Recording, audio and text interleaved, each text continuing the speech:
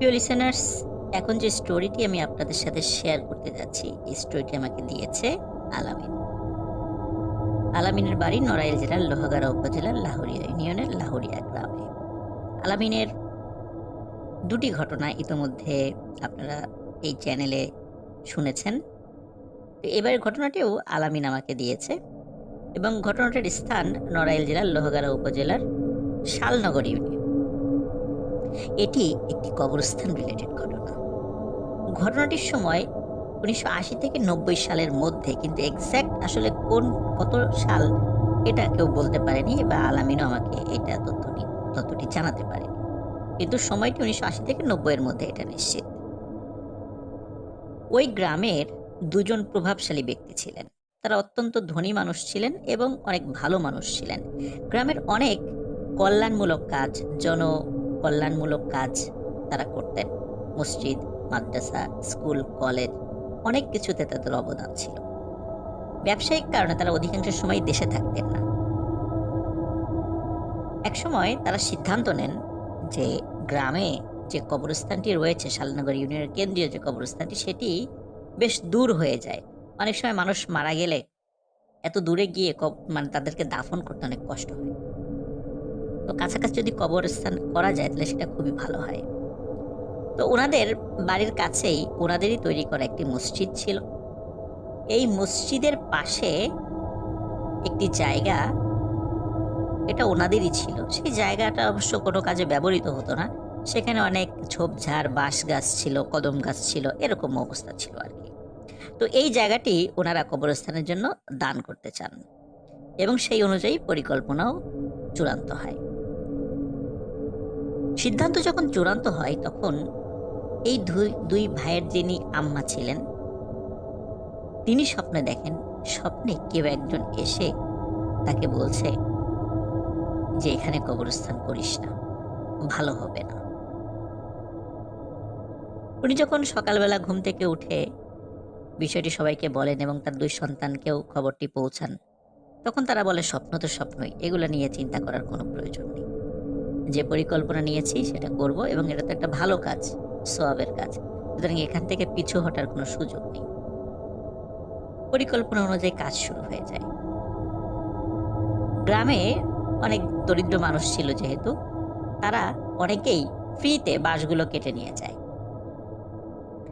আর যে বড় বড় মোটা মোটা কদম গাছ হয়েছিল, এই গাছগুলি গ্রামেরই একজন মানুষ, তার নাম হচ্ছে রুহুল আমিন, উনি একজন কাঠ ব্যবসায়ী ছিলেন।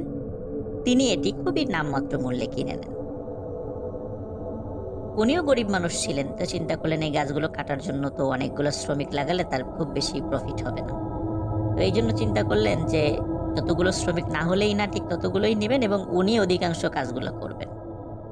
এরকমই পরিকল্পনা করলেন। যে রাত্রে উনি স্বপ্ন দেখেন, সেই স্বপ্নটি ছিল এমন, কারণ এই রাত্রের পরের দিনই উনি গাছ কাটতে যাবেন। সবকিছু ঠিক ছিল। ওই রাত্রে উনি স্বপ্ন দেখেন কেউ একজন এসে বলছে, রুহুল, গাছগুলো কাটিস না, তোর ভালো হবে না, গাছগুলো থাক, এভাবেই থাক। রুহুল এই স্বপ্নের কোনো গুরুত্ব দেয় না।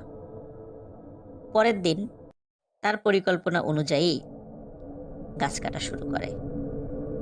গাছ কাটতে থাকে।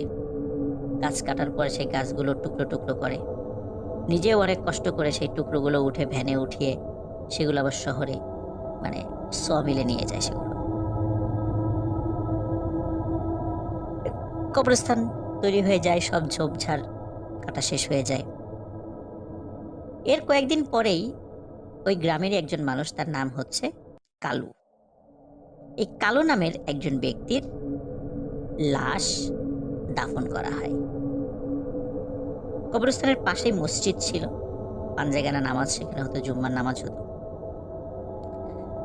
ওই মসজিদে যারা নামাজ পড়তে আসতেন ফজরের, তো যেদিন লাশ দাফন করা হয় কালু মিয়ার, তার ঠিক পরের দিন ফজরের আজান হওয়ার পর অনেকেই মসজিদে এসেছে, আবার নামাজ হওয়ার পরে অনেকেই বাড়িতে চলে গেছে। কিন্তু কিছু মুসল্লি, ওনারা সূর্য ওঠা পর্যন্ত নিজেরা নিজেদের মধ্যে গল্পগুজব করছেন। সূর্য ওঠার পর যখন তারা বের হয়েছেন তখন হঠাৎ দেখে এই কবরস্থানের ভেতরে প্রথম যে কবরটি হয়েছে কালু নামক একজন ব্যক্তির, ওনার কবরের পাশে মনে হচ্ছে সাদা লম্বা করে কিছু শোয়ানো, সাদা কাপড় দিয়ে ঢাকা।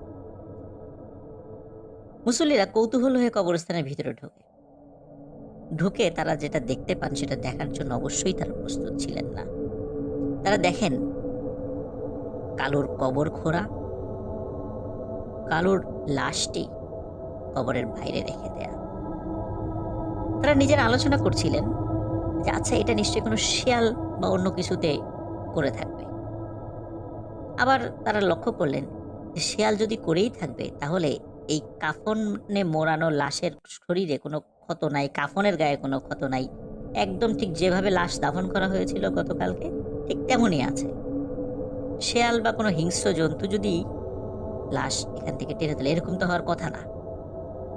কাপড় এক জায়গায় থাকবে, ডেড বডি এক জায়গায় থাকবে, লাশের গায়ে ক্ষত সৃষ্টি করবে, এলোমেলো থাকবে সবকিছু।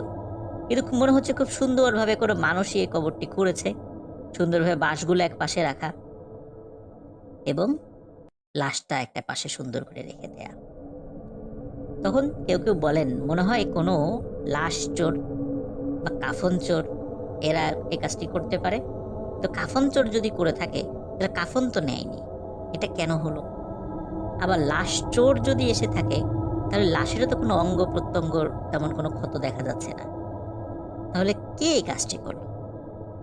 তখন তারা চিন্তা করে হয়তো বা কাজটি করার চেষ্টা করতে গেছিল, মানুষজন চলে এসেছে এই জন্য মনে হয় পারে নাই। যাই হোক, গ্রামের আরো কিছু লোকদেরকে ডাকা হয়, ডেকে ওই কবরেই কালুকে আবার কবরস্থ করা হয়। পরের দিন ফজরের নামাজের পর কবরস্থানের মধ্যে আবারও সেম ঘটনা দেখা যায়। কালুর লাশ কবরের বাইরে ঠিক যেমনটা গতকালকে ছিল। মুসল্লিরা চিন্তা করে যে কে এই কাজটি করছে, কেনই বা করছে? কারণ যদি চুরি করার উদ্দেশ্যে, লাশ চুরি করার উদ্দেশ্যে করে থাকে তাহলে তো সেটা চুরি করছে না, কাফনও চুরি করছে না, লাশের গায়ে কোনো ক্ষতও সৃষ্টি করে নাই কেউ যে কোনো অঙ্গ প্রত্যঙ্গ কেটে নিয়ে যাবে, তাহলে কে এই কাজটি করছে? তারা বুঝতে পারে না।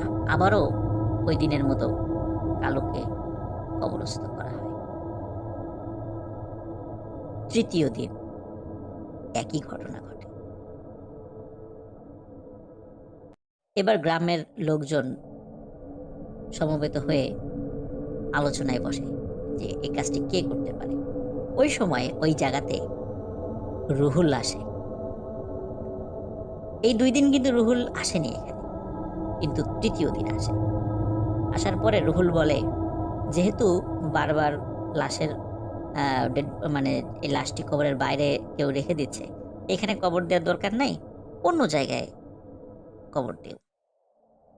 কিন্তু গ্রামের লোকজন বলে কেন আমরা অন্য জায়গায় কবর দিব? যার মানে লাশটি এখানে দাফন করা হয়েছে কালুর, সে এইখানেই থাকবে। কিছু দুষ্টু লোকের কারণে তো আমরা এইভাবে একটা মানুষের লাশকে আরেক জায়গায় সরাতে পারি না। সেই সিদ্ধান্তই হয়, সেই সিদ্ধান্তই বহাল থাকে। কালুকে আবারও ওই একই কবরে রাখা হয়। অদ্ভুত ব্যাপার, চতুর্থ দিন কিন্তু আর কোনো ঘটনা ঘটেনি, একদম স্বাভাবিক। চতুর্থ দিন আর কালুর লাশকে কবরের বাইরে দেখা যায়। সবাই ভাবে যে ঝামেলা মনে হয় শেষ। এর কয়েকদিন পরে স্থানীয় আরেকজন ব্যক্তি, তার নাম হচ্ছে সমেদ, আসলে তার নাম হচ্ছে আব্দুস সামাদ, গ্রামের লোকজন তাকে সমেদ নামে চেনে। তো সমেদ নামে একজন ব্যক্তি, উনি মারা যান। মারা যাওয়ার পর তাকে দাফন করা হয়। অদ্ভুত ব্যাপার, পরের দিন একই ঘটনা ঘটে। সমেদের লাশ কবরের বাইরে, ঠিক যেমনটি কালুর লাশ ছিল। তারা চিন্তা করে আবার শুরু হয়েছে একই ঝামেলা, কে করছে এটা? খুব বিরক্ত হয়। এই খবরটি তখন বিদেশে থাকা ওই 2 প্রভাবশালী ভালো মানুষ, 2 ভাইয়ের কাছে পাঠানো হয়। তখন তারা দুজন বলে যে তোমরা এখানে পাহারা বসাও, কে এই কাজটি করে তাকে ধরো। পাহারার জন্য খুব সাহসী 4 জন করে মানুষ রাখো, এদের যত খরচ লাগে আমরা দিব, কিন্তু তোমাদেরকে ফাইন্ড আউট করতে হবে যে কে এই কাজটি করছে এবং এই ঘটনাটি বন্ধ করতে হবে। সত্যি তাই, সমেদ মিয়া মারা যাওয়ার পর যখন প্রথম দিন একই ঘটনা ঘটে, তাকেও ওই কবরে সমাহিত করা হয়। দ্বিতীয় দিন থেকে 4 জন সাহসী মানুষকে পাহারায় বসানো হয়। অদ্ভুত ব্যাপার, দ্বিতীয় দিন ফজরের আজানের সময় যখন মুয়াজ্জিন সাহেব এসেছে, তিনি দেখেন এই 4 জন ব্যক্তি কবরস্থানের মধ্যে বেঘোরে ঘুমাচ্ছে। তিনি আজান দিয়ে তাদেরকে ডাকাডাকি করার চেষ্টা করেন, কিন্তু কারোরই ঘুম ভাঙছে না। ততক্ষণে আরো কয়েকজন মুসল্লি চলে আসেন, তারাও তাদেরকে খুব ডাকাডাকি করে, তাদেরও ঘুম ভাঙছে না। ডাকাডাকির একটা পর্যায়ে তারা লক্ষ্য করেন যে সমেদের লাশও কবরের বাইরে। অনেক কষ্ট করে এই 4 জন পাহারাদারের ঘুম ভাঙানো হয়। ঘুম ভাঙার পরে পাহারাদারদেরকে জিজ্ঞেস করা হয়, তোমরা কি পাহারা দিলা? এই যে আজও তো লাশ বাইরে চলে আসছে, কেউ বাইরে রেখে গেছে। তখন ওই 4 জন ব্যক্তি বলছেন যে আমরা ঠিকঠাক মতোই পাহারা দিচ্ছিলাম। গভীর রাতে হঠাৎ এমন একটি অদ্ভুত সুন্দর সুঘ্রাণ আমাদের নাকে আসে, তখন আমাদের প্রচন্ড ঘুম পায়। এরপরে আমাদের আর কিছু মনে নেই। গ্রামবাসী তাদের এই বক্তব্যে আসলে সন্তুষ্ট হয় না, খুব বিরক্ত হয়। ওই দিনই ওই 4 জনকে চেঞ্জ করে পরের দিন নতুন 4 জনকে রাখা হয়। কিন্তু তৃতীয় দিনও একই ঘটনা ঘটে। ফজরের সময় মুয়াজ্জিন সাহেব এসে দেখে 4 জন ঘুমাচ্ছে, এবং এমন ঘুম যে তাদেরকে ঘুম ভাঙানো যায় না। পরে আরো লোকজন আসে, তাদেরকে ঘুম ভাঙানো হয়। তারাও একই রকম ব্যাখ্যা দেয় যে রাত্রে একটা অদ্ভুত সুন্দর সুঘ্রাণে তারা সকলে একসাথে ঘুমিয়ে পড়েছে। এরপরে তাদের আর কিছু মনে নেই। তৃতীয় দিন আবারও সেই রুহুল আসে। আসার পরে বলে, যেহেতু সমেদ মিয়ার সাথেও একই ঘটনা ঘটেছে, এনার লাশটা অন্য জায়গায় কবর দেয়, এখানে কবর দেওয়ার দরকার নেই। কিন্তু গ্রামবাসী তাতে রাজি হয় না। গ্রামবাসী উল্টো রুহুলকে তিরস্কার করে এবং তৃতীয়বারের মতো, ঠিক কালো মিয়ার মতো, সমেদ মিয়ার লাশও কবরে রাখা হয়। অদ্ভুত ব্যাপার, চতুর্থ দিন আর কোনো ঘটনা ঘটেনি। স্বাভাবিক। টানা বেশ কয়েকদিন হয়ে যায়, কোনো ঘটনা ঘটে না। এইভাবে প্রায় 1 মাস 1.5 মাস কেটে যায়। কারণ এই সময়ের মধ্যে আসলে ওই গ্রামে কেউ মারাও যায় নাই, নতুন করে কোনো কবরও হয়নি। লোকজন এই বিষয়টি একদম ভুলতেই বসেছিল। ওদিকে যেই রুহুল, যিনি ওই কদম গাছগুলি কেটেছিলেন, উনি শুরুতে অবিবাহিত ছিলেন। যখন কবরস্থানটা তৈরি করা হয় তখন অবিবাহিত ছিলেন।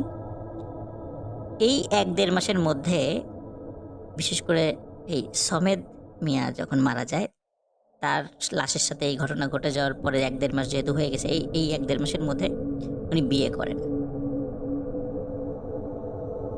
একদিন রাতে ওনার স্ত্রী খেয়াল করেন যে রুহুল বিছানায় নেই।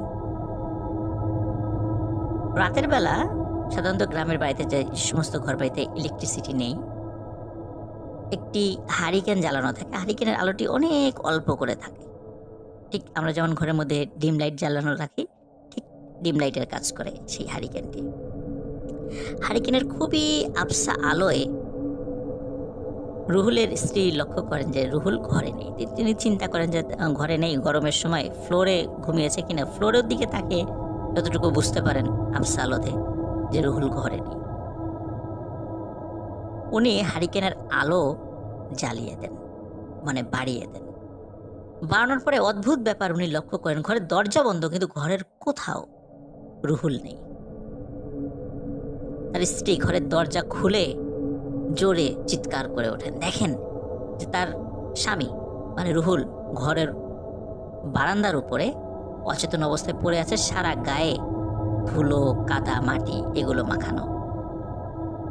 তিনি যখন বারবার চিৎকার করছিলেন, এর মধ্যে রুহুলের জ্ঞান ফেরে। রুহুল তাকে বলে, এই চিৎকার করো না, থামো থামো। এই বলে স্ত্রীর মুখ চেপে ধরে, শব্দ করো না। তখন স্ত্রী বলে, যে তুমি বাইরে আসলা কিভাবে, ঘরের দরজা বন্ধ? বলে যে সব বলছি, আগে আমি গোসল করে আসি, তোমাকে সব খুলে বলছি। রুহুল গোসল করে আসে। গোসল করে আসার পর তার স্ত্রী তার শরীরে সরিষার তেল মাখতে শুরু করে। মাখতে মাখতে হঠাৎ তার স্ত্রী রুহুলের পিঠের দিকে খেয়াল করে দেখে রুহুলের পিঠে 3টি মোটা মোটা দাগ। 2টো দাগ বেশ পুরনো মনে হচ্ছে এবং একটি দাগ মনে হচ্ছে মাত্র হয়েছে। এই দাগগুলো এমন ছিল যে লোহার শিক পুড়িয়ে যদি গায়ে ছেঁকা দেওয়া হয় ঠিক যেমন দাগ হয়ে যায়, ঠিক তেমন দাগ। তার স্ত্রী তাকে জিজ্ঞেস করে যে তোমার শরীরে এই 3টি দাগ কোথা থেকে আসলো? তখন রুহুল এই দাগের বিষয়ে কিছু বলতে পারে না, কারণ রুহুল জানতোই না তার পিঠে দাগ আছে। তখন তার স্ত্রী বলে যে তুমি বলো কেন এই দাগ হলো এবং এই যে ঘটনাটি ঘটলো দরজা বন্ধ থাকা পরেও তুমি কিভাবে ঘরের বাইরে গেলে? তখন রুহুল কিছু বিষয় বলে। রুহুল বলে যে এই যে কালু এবং সমেদ যাদের লাশ 3-3বার কবরের বাইরে রাখা হয়েছে, তুমি কি জানো এই কাজটি কে করে? রুহুল স্ত্রী বলে না জানি না, বলে এই কাজটি আমিই করি। এবং আজকে রাতেও এই গ্রামের একজন মহিলা মারা গিয়েছিল, রাত্রেই তাকে দাফন করা হয় এবং তার লাশটিও আমি মাত্র কবরের বাইরে বের করে রেখে এসেছি। তার স্ত্রী বলে যে তুমি কেন এই কাজটি করছো, এমন জঘন্য কাজ কেন করছো? তখন রুহুল বলে যে আমি তো আসলে করি না, আমাকে দিয়ে করানো হয়। গভীর রাতে হঠাৎ আমি অদ্ভুত সুন্দর সুঘ্রাণ পাই। এই সুঘ্রাণ পাওয়ার সাথে সাথে কেউ আমাকে বলে রুহুল কাজের সময় হয়েছে, চলো। তখন আমার শরীরের উপর কোনো নিয়ন্ত্রণ থাকে না, মনে হচ্ছে কেউ আমাকে হাঁটিয়ে নিয়ে চলে যাচ্ছে, কিন্তু আমি কিছু বুঝতে পারি না। মনে হয় আমি আধো ঘুম আধো জাগ্রত অবস্থায় আছি, কিছু বুঝতে পারি না। আমি হাঁটতে হাঁটতে সে কবরস্থানের কাছে চলে যাই। তখন কেউ বলে রুহুল কবর খোঁড়া শুরু করো। আমি কবর খুঁড়ি। কবর খোঁড়া শেষে কেউ বলে রুহুল লাশটি সুন্দর করে উঁচু করে কবরের বাইরে রেখে দিয়ে চলে যাও। আমি কবরের বাইরে লাশটি রেখে চলে যাই, কিন্তু চলে যাওয়ার সময় তারপরে আমি সব কিছু ভুলে যাই। তারপরে আমি সেন্সলেস হয়ে যাই। যখন জ্ঞান ফেরে তখন আমি দেখি আমার ঘরের মেঝেতে পড়ে আছি, অথবা ঘরের বারান্দায় পড়ে আছি, অথবা কলপারে পড়ে আছি। প্রতিবারই একই রকমের ঘটনা ঘটেছে, কিন্তু এটি আমি ইচ্ছা করে করি না। প্রিয় লিসেনার্স, পরের দিন সকালবেলা সত্যিই শোনা যায় যে ওই কবরস্থানে 3য়বারের মতো যে মহিলার কবর হয়েছিল সেই রাত্রে সকালবেলা দেখা গেল যে তার লাশটি কবর থেকে বাইরে বের করে রাখা, কিন্তু কে করছে গ্রামবাসী তখনও জানে না। এদিকে তার স্ত্রী রুহুলকে বলে যে এভাবে চলতে পারে না, এর একটা সমাধান দরকার। কিন্তু এই কথা তো কাউকে বলতে পারছে না। গ্রামের যদি লোকজন জানে যে রুহুল এই কাজটি করে তাহলে কি অবস্থা হবে, গ্রামবাসী ক্ষেপে যাবে। তখন রুহুলের স্ত্রী রুহুলকে তার মায়ের কাছে নিয়ে যায়, মানে রুহুলের স্ত্রীর মা, মানে রুহুলের শাশুড়ির কাছে নিয়ে যায়। শাশুড়ির কাছে বিষয়টি বলে। শাশুড়ি একজন খুব ভালো হুজুরের সাথে পরিচয় ছিল, তিনি সে হুজুরের কাছে নিয়ে যান। তখন হুজুর বলে আসলে রুহুল যেই গাছটি কেটেছিল, কদম গাছ, এই কদম গাছে খুব শক্তিশালী একটি জিনের পরিবার বসবাস করত। তারা তাকে স্বপ্নে দেখিয়েছিল, কিন্তু তারপরও রুহুল সে গাছটি কাটে এবং ওই জিনেরা বলেছে রুহুল ঠিক যেভাবে গাছগুলো টুকরো টুকরো করে কেটে নিয়ে গেছে, আমার পরিবারকে ছিন্ন বিচ্ছিন্ন করে দিয়েছে, রুহুলের জীবনকেও আমি এরকম ছিন্ন বিচ্ছিন্ন করে দিব। এই জন্যই রুহুলকে দিয়েই এই লাশগুলি কবর থেকে উঠিয়ে রাখছে। এটা রুহুলের শাস্তি। আর যাতে মানুষ ভয় পেয়ে এই কবরস্থান আর ব্যবহার না করে, এই জন্যও এই কাজগুলো করানো হচ্ছে। এখন এর সমাধান কি?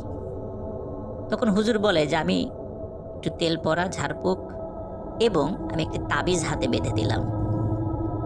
যতদিন হাতে তাবিজ থাকবে ততদিন ওর কোনো সমস্যা হবে না, কিন্তু খেয়াল রেখো এই তাবিজ যেন না পড়ে যায়।